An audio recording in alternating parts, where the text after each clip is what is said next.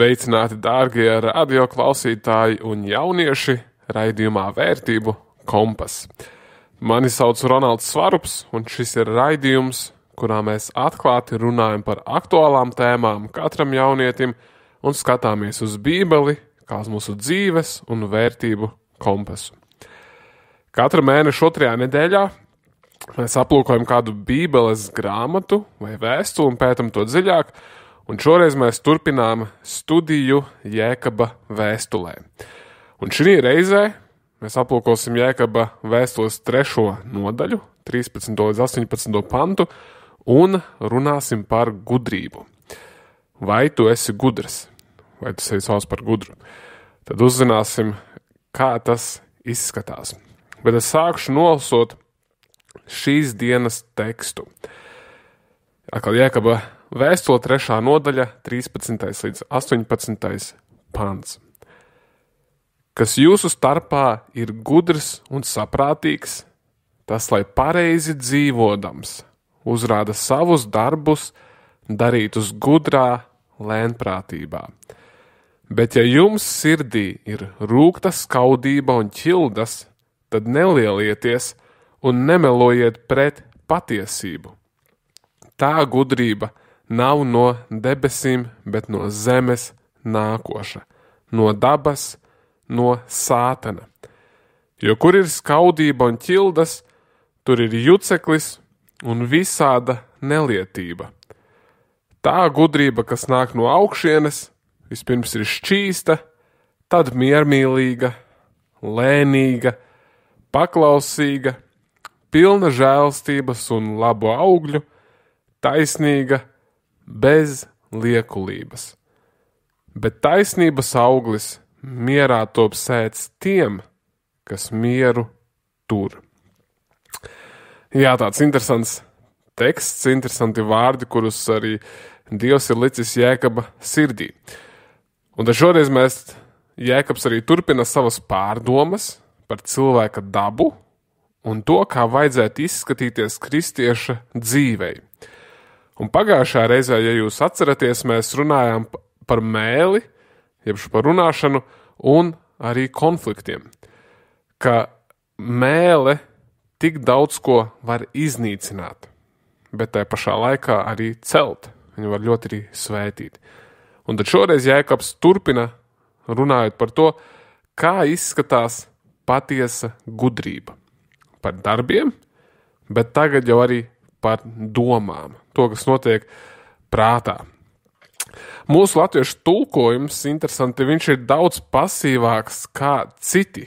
Piemēram, angļu valodā ir daži tulkojumi, kas tulko šo pirmo teikumu, teiksim tā, diezgan uzbraucoši un ar jautājumu, nevis kā apgalvojumu. Nolasīšu vēlreiz latviski pirmo teikumu. Tur ir teikts, kas jūsu starpā ir gudrs un saprātīgs, tas, lai pareizi dzīvodams, uzrāda savus darbus darītus gudrā lēnprātībā. Bet NIV un King James viņi pirmo teikumu saka šādi, viņi saka, kurš no jums ir gudrs un inteliģents? Un tad ir jautājums. Vai citi saka, vai jūsu vidū daži ir gudri un saprotoši vīri? Un tas ir vairāk tāds kā pratinājums. Saka, kurš tad ir gudrs? Kurš uzdrīkstās sevi saukt par gudru? Tad tie, kas tādi sevi uzskata, ir, lai pierāda to, lai parāda to pareizi dzīvodami, un tad turpinās pats uzrāda savus darbus darītus gudrā lēnprātībā. Un tad pēc šiem angļu valodas tulkojumiem tas liek vispār sev prasīt, vai tu vēlies sevi asociēt ar gudru un saprātīgu. Tas liek tā kā izvērtēt vairāk. Mūsu latviešu teksts saka, lai tāds pasīvāks, bet šā vai tā, cerams, jūs klausītāji vēlaties būt gudri, un tad šoreiz mēs par to runāsim, kā tas izskatās. Un mēs esam noskaidrojuši, ka ticība, kā Jēkabs to saka, parādās darbos. Un Jēkabs arī turpina sakot, ka gudrība parādās arī praksē, jeb caur darbiem, jeb kā šeit ir teikts, pareizi dzīvodami. Gudra cilvēka darbi tiek veikti gudrā lēnprātībā. Gudrā lēnprātībā. Tas ir ļoti interesanti. Jebšu tas, kas ir gudrs un saprātīgs, parasti ir savaldīgs un spēj atbildēt. Viņš rīkojas gudri un ir lēnprātīgs. Un šis man atgādina dažādus cilvēkus, dažādas intervijas, kuras esmu klausījies. Daži no jums varbūt zina tādu vīrieti, apoloģētu, kurš aizstāv ticību. Viņš diskutē ar studentiem universitātēs. Klifs, vai nezinu, kā viņu latviski īsti izrunā. Viņš ir ļoti gudrs vīrs, ļoti zinošs. Viņam nesen bija intervija ar Paulu Loganu. Tā arī bija ļoti interesanta. Un var redzēt, kad viņš debatē un runā, un kad cilvēki paliek ļoti aizskarti par kādām tēmām, cik viņš paliek mierīgs, cik viņš ir zinošs. Līdzīgi, klausoties Benu Šapīro vai Jordanu Petersonu un daudzus citus, var redzēt, cik viņi ir mierīgi un zinoši. Un viņi paliek mierīgi savās debatēs tieši tādēļ, ka viņi ir zinoši tādā jomā, kur viņi pārstāv. Bet pārsvarā nezinoši cilvēki nevienmēr, bet parasti sāk vienkārši kliegt vai dusmoties vai cenšas uzvarēt ar kādiem emocionāliem paņēmieniem bez īstām zināšanām. Un man patīk klausīties šādas debates, nevis lai skatītos, kā cilvēki tiek pazemoti, daži gan visu cieņu arī atzīst pēc tam savus uzskatus un pārdomā kādas lietas, bet vairāk gan, lai mācītos, kā runāt un komunicēt un arī paplašināt savu skatījumu uz kādām lietām. Un tad, kad kāds cilvēks sarunā vai strīdā paceļ savu balsi un nevar sevi savaldīt, tad viņš jau ir zaudējis. Viņš ir ļāvis emocijām pārņemt sevi. Un šeit Jēkabs runā tieši par šo cilvēku iekšējo pasauli, ka gudrs cilvēks rīkojas savaldīgi. Viņš sevi var savaldīt. Tātad pirms tam Jēkabs mums aicināja savaldīt savu mēli. Viņš par to runāja, un tagad viņš saka un aicina mūs savaldīt savu prātu, jo tas ietekmē to, ko mēs sakām. Un ja tu liecies savu gudrs esams, tad parādi to. Caur to, kā tu runā, ko tu domā, un arī savos darbos. Tad kas ir šī gudrība, par ko šeit Jēkabs runā? Kas raksturo vēl gudru cilvēku? Un svarīgi, pirms mēs pie šī tālāk ejam, ir nejaukt divas lietas. Ir zināšanas un ir gudrība. Kāds indiānis Ziemeļamerikā vai kur citur Dienvidamerikā var zināt salīdzinoši ar mums ļoti maz, bet būt ļoti vieds dzīves gudrībā. Viņš var pazināt daudz citas lietas un būt daudz gudrāks kā mēs, pat bez visām enciklopēdijām.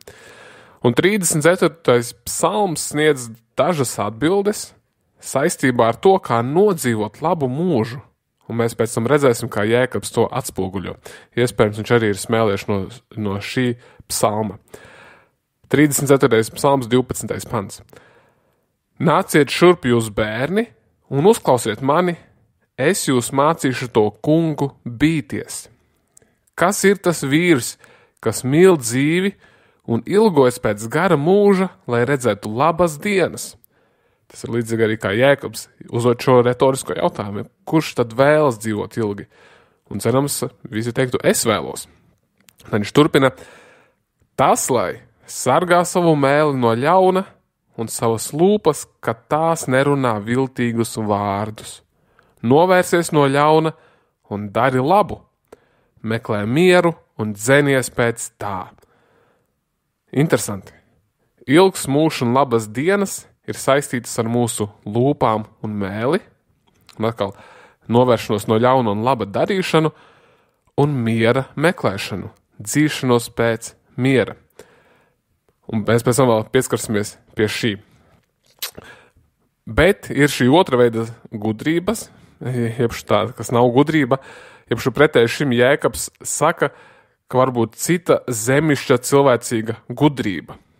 Un es nolasīšu no 3. nodaļas 14. un 15. pantu. Bet, ja jums sirdī ir rūgta, skaudība un ķildas, tad nelielieties un nemelojiet pret patiesību. Tā gudrība nav no debesīm, bet no zemes nākoša, no dabas, no Sātana. Viena no visgrūtākajām lietām, kas kristietim ir jādara, ir būt patiesam un godīgam, lai viņa mēle atspoguļo to, kas ir viņa sirdī. Un tā skan jau šī Jēkaba arguments. Ja tu esi paziņojis pasaulē, ka esi gudrs, ka tev pieder šī debesu gudrība, proti Jēzus Kristus un viņa gars, ka tu esi kristietis, tad parādi to ar savu uzvedību.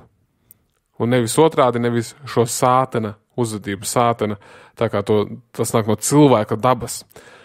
Un ja tevī ir skaudība un ķildas, tad tevī nav šī gudrība. Es varbūt pastāstīšu kādu stāstu.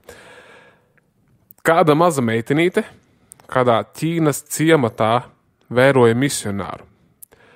Viņa vēroja, kā viņš devās savos darbos, un viņa redzēja, kā viņš dodas uz mājām, kur bija slimības, nāve un bēdas.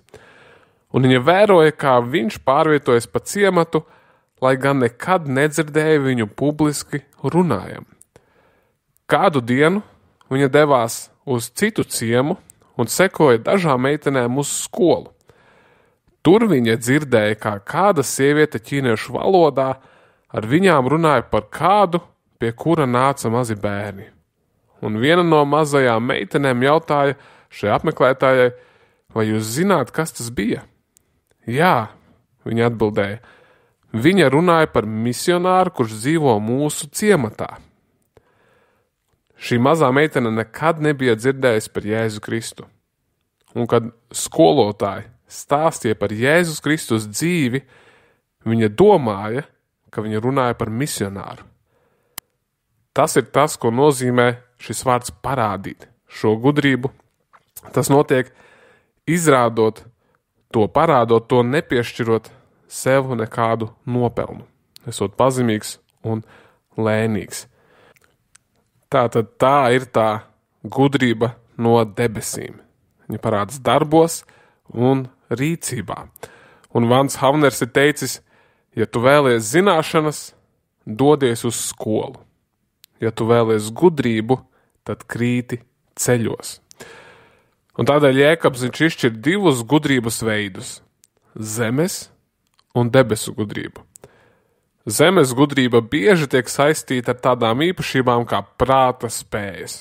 Un svētajos rakstos arī gudrie, no grieķu vārda Sofija, tā gudrība bieži bija skolotāji. Un intelektuālās spējas vai zināšanas paši par sevi, protams, nav ļaunas. Taču paļaušanās uz savu inteliģenci, kura nav Dieva vadīta, var novest pie skaudības un ķildām. Un, kā teikts vēl 14. pantā, un visādām nelietībām. Un arī pie lielīšanās. Tas ir tas, pie kā noved cilvēciska pasaulīga gudrība. Mēs varam redzēt daudzus doktorus, filozofus, kas izstudē, izmācās, kas sevi sauc par gudriem esot, bet kas neatzīst nekādu citu autoritāti vai, teiksim, citas lietas un noliek šo dievišķo gudrību. Un no tā rodas lepnums. Bet pretēji šim Dieva gudrība, viņa svētī citus, viņa darbojas cilvēka dzīvē. Es nolasīšu 16., 17. un 18. pantu no šīs 3. nodaļas. Jo kur ir skaudība un ķildas, tur ir juceklis un visāda nelietība. Tā gudrība, kas nāk no augšienes, vispirms ir šķīsta, tad miermīlīga, lēnīga, paklausīga, pilna žēlstības un labu augļu, taisnīga, bez liekulības. Bet taisnības auglis mierā top sēdz tiem, kas mieru tur. Un Jēkabs brīdina, ka šī tā sauktā gudrība, kas nav no Dieva, ir tad sātaniska. Šī debesu gudrība izceļas ar piesardzību, kas nāk no Dieva.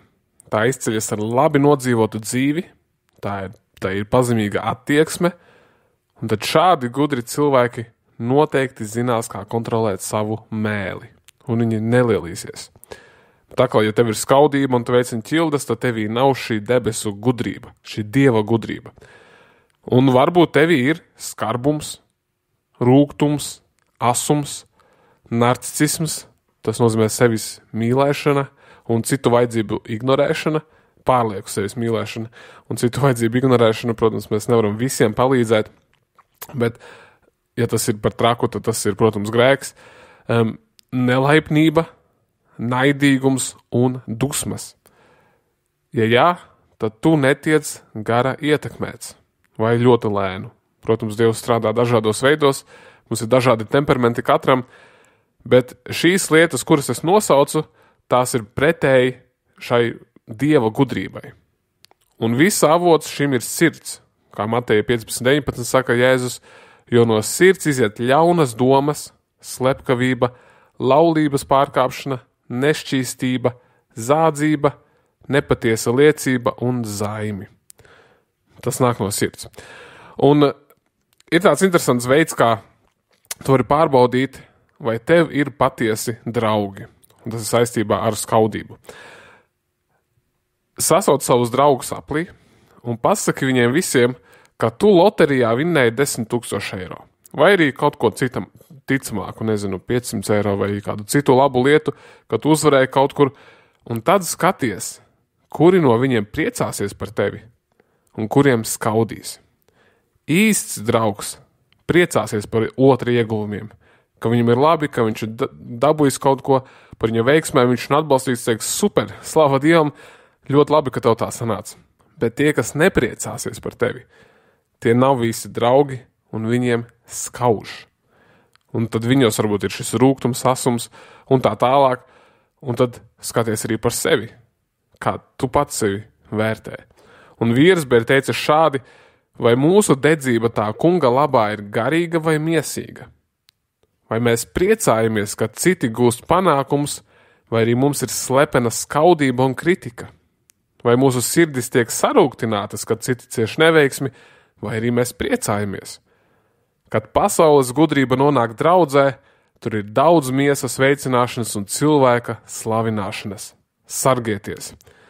Un šis jau sāk palikt personīgāk, un to mēs redzam daudz kur, ka cilvēki, kāpēc viņi dara lietas, kāpēc viņi kalpo, kāpēc viņi iet un palīdz cilvēkiem, saka labas lietas. Vai tas tādēļ, ka viņi grib dot, svētīt un priecāties par citiem, vai lai celtu sevi.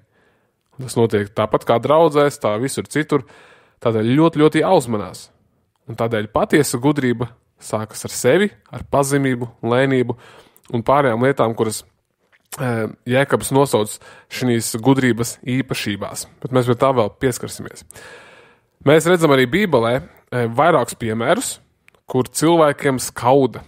Un tas vārds ir zelos, angliski saka zeal, jeb tādas kā deksme. Mēs tulkot arī kā tas kaut kas karsts, jeb kā vārās. Bet latviski mums tie tulkojumi saka dusmas, iedegās dusmās. Bet es nolasīšu dažus piemērus, piemēram, Apostoļu darbi 5:17. Bet augstais priesteris un saduķeju sektas piederīgie, kas ap viņu bija, dusmās iedegušies, tas dusmās tas zelos, jeb šo skaudībā iedegušies, apcietināja apustuļus un iemeta tos pilsētas cietumā. Apostoļu darbi 14:45, bet jūdi ļaužu pulkus redzēdami iedegās naidā, jeb šo skaudībā, un runāja pretim Pāvila vārdiem zaimodami. Tātad, kas bija šo konfliktu cēlonis? Kāpēc viņi ienīda apustuļus un arī Jēzu? Tas bija skaudības dēļ. Viņiem skauda. Tādēļ viņi pret viņiem izturējās slikti, jo viņi redzēja, ka cilvēki klausās viņus, apustuļus, bet neklausās viņos. Viņu autoritāte pazuda. Un pretēji šim Bībele saka, lai mēs dzīvojam cienīgi, kā diena to prasa, nevis dzīrēs un skurbumā, izvirtībā un izlaidībā, ķildās un naidā, jeb šo skaudībā. Tas ir tas vārds zelos, kas tiek lietots. Tā kā Bībele runā daudz par šo gudro cilvēku un muļķi, arī par naidu un mīlēšanu un došanu, un arī vēstulē Efeziešiem ir teikts, tad nu raugaties nopietni uz to, kā dzīvojat, nevis kā negudri, bet kā gudri. Izmantojiet laiku, jo šīs dienas ir ļaunas. Tātad mums ir pavēlēts dzīvot gudri. Kristiešiem ir jābūt gudriem, un tā gudrība ir tas, ko Jēkabs šeit raksta, un daudz kur Bībelē tas arī tiek runāts. Man tāpēc arī ir svarīgi lasīt arī Salamana sakām vārdus, ievišu pamācības ik pa laikam un atcerēties to, ievišu ieraudzīt tanī apslēpto gudrību. Un šī gudrība, kā tad viņa izskatās galu galā? Kas tad ir tā gudrība? Un Jēkabs nosauc dažādas pozitīvas īpašības ar patiesu gudrību. Un pirmā un svarīgākā no tām ir tā, ka tā ir šķīsta. Un vārds šķīst šeit apzīmē sirds un nodomu tīrību, ka cilvēks ir patiesi savos nodomos. Un tas viss sākas, protams, mēs te runājam par Dieva gudrību, bet tas sākas ar atjaunošanos svētajā garā, kad Dievs maina mūsu sirdis. Bet es nolasīšu 17. pantu. To es esmu lasījis, bet vēlreiz, man liekas, tas tik būtiski, lai mēs saprotam, kas ir patiesa gudrība. Tā gudrība, kas nāk no augšienes, tas nāk no svētā gara, nāk no Dieva, vispirms ir šķīsta, tad miermīlīga, lēnīga, paklausīga, pilna žēlstības un labo augļu, taisnīga, bez liekulības. Tāda šķīsta un miermīlīga, ar to viss sākas. Un tas atgādina atkal 34. psalmu, kur es jau lasīju.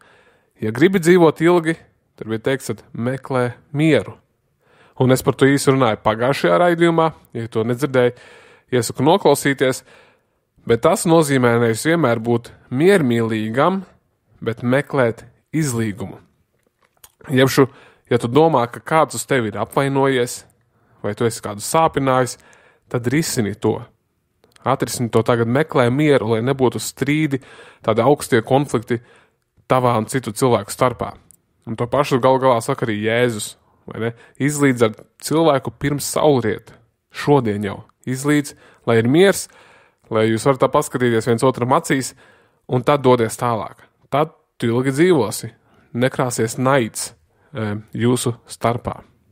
Tad tālāk tā gudrība ir lēnīga, to mēs jau runājam, pacietīga, paklausīga, viņa klausa Dieva norādījumiem, ir, teiksim tā, bīstas Dievu.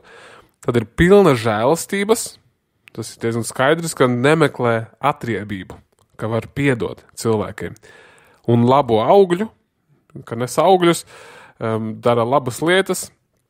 Tad gudrība ir taisnīga, tas nozīmē, ka tā iestājas par labo, nevis par sliktajām lietām, bet par taisnīgumu pasaulē. Un bez liekulības, jebšu nepazaudē savu raksturu. Kad cilvēks, kurš dara šīs lietas, un to ir grūti īstenot, tas ir daudzas lietas, kas ir rakstītas, bet labs piemērs šinī, priekš manis liekas, ir Mordehais. Nesen lasīju Esteres grāmatu, un Mordehais ir tāds interesants cilvēks, jo viņš nelocījās Hamana priekšā. Tas bija tā laika tāds vadītājs, ietekmīgs cilvēks, un Mordehais bija jūds, viņš pielūdza tikai Dievu, un šis Hamans vēlējās, lai viņš tiktu pielūgts, un Mordehais to nedarīja. Mums ir vairāk šādi piemēri, arī Daniels, viņa draugi un citi piemēri, kuri saglabāja savu raksturu. Viņi neliekuļoja, viņi neizlikās. Un tas ir tas, kas ir patiesā gudrībā. Un tad viņš, šis Mordehais un pārējie jūdi, kad tiem draudēja briesmas, viņi bija pacietīgi. Mēs lasām Esteres grāmatā, kad viņi uzzināja, kad tiks izdota pavēle, ka visus jūdus drīkstēs nokaut, tad viņi gavēja 3 dienas, arī Esteri tai skaitā, dienu un nakti neēda nedz ūdeni, nedzēra ūdeni, neēda ēdienu, gavēja 3 dienas, līdz Estere gāja pie ķēniņa, un tad Dievs visu to sakārtoja. Un beigās, kāds bija rezultāts, bija tāds, kad Mordehais kļuva par otro valstī. Jau otro pēc kārtas, otro tā kā pēc valdītāja. Un tas bija viņa rakstura, pacietības un paļāvības dēļ.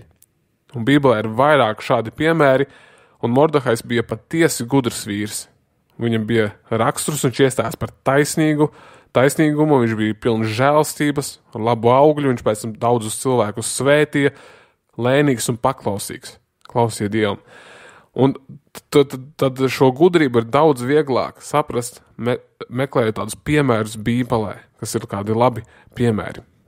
Un es ceru, ka šis tev liek padomāt par to, ko nozīmē būt gudram, un tas notiek meklējot atbildes Dieva vārdā un smeļoties gudrību no Dieva. Un Jēkabs saka, ja mēs lūgsim Dievam gudrību, ja mums tā ir vajadzīga, tad lai mēs lūdzam, un Dievs to dos. Viņš vienmēr dos gudrību.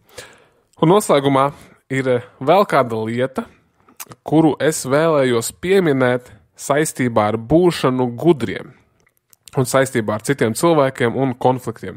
Jo šeit sākumā viņš runāja par šķelšanos un strīdiem. Bet lasot Salmana pamācības, man iekrita prātā tas, ka tas, kurš ir gudrs, tas ir atvērts citu viedoklim un pamācībai. Piemēram, 13. nodaļa, 13. pants. Kas par vārdu nebēdā, jeb šo to, ko citi saka, tas dara sev postu, bet kas mācību tur godā, tam labi klāsies. Un šeit runa nav vienkārši par heiteriem vai cilvēki, kuri mūs ienīst, bet tiem, kas iesaka kādas lietas vai redz vietu uzlabojumam. Un tas, kurš par to nebēdā, tas, kurš to ignorē, neklausās, tas dara pats sev postu, bet kas mācību tur godā, tam labi klāsies.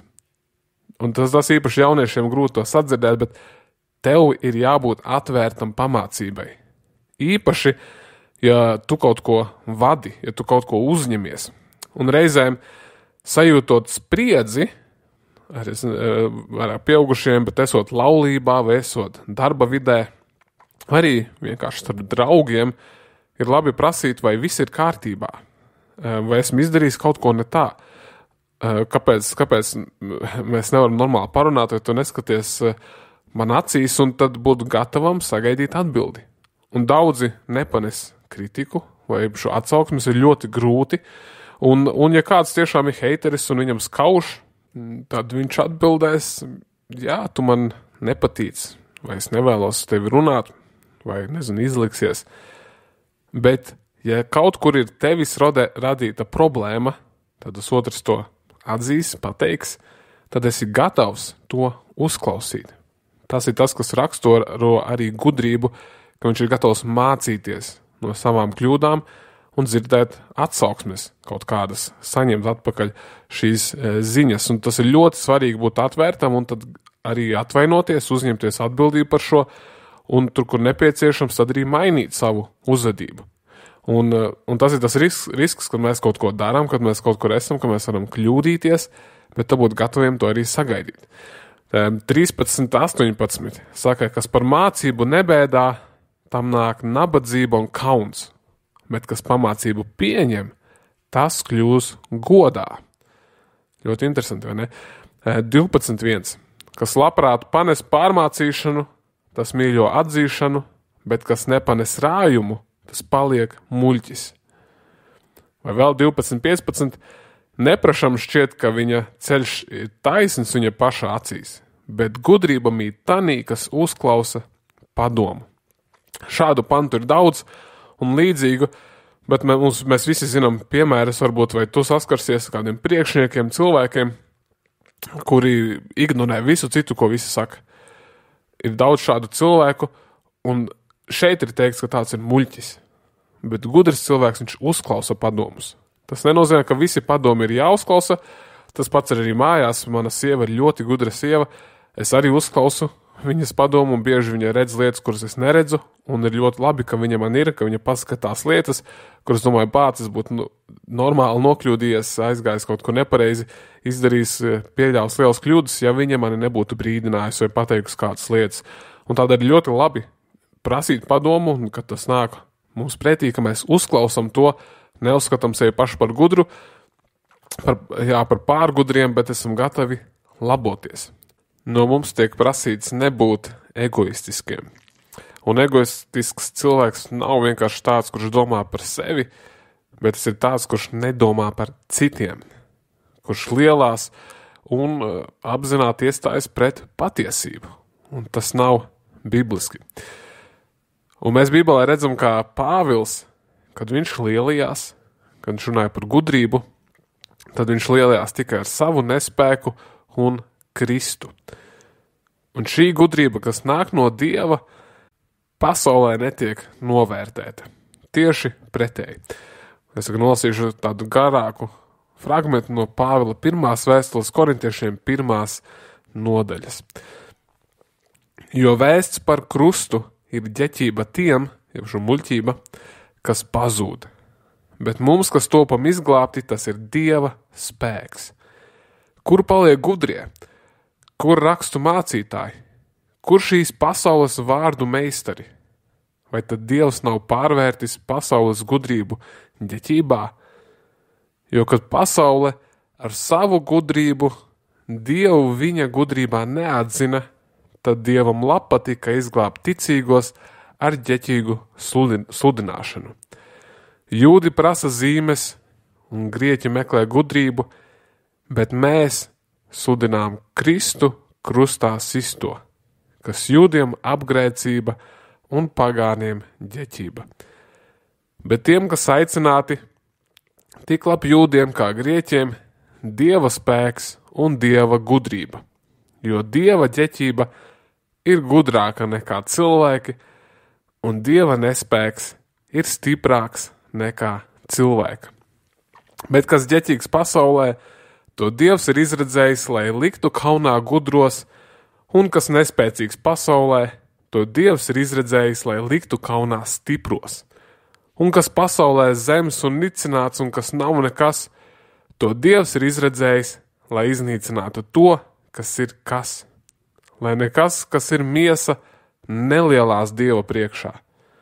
Pateicoties viņam, esat jūs vienībā ar Kristu Jēzu, kas mums ir kļujis par Dieva gudrību, par taisnību, par dzīves svētumu un pestīšanu.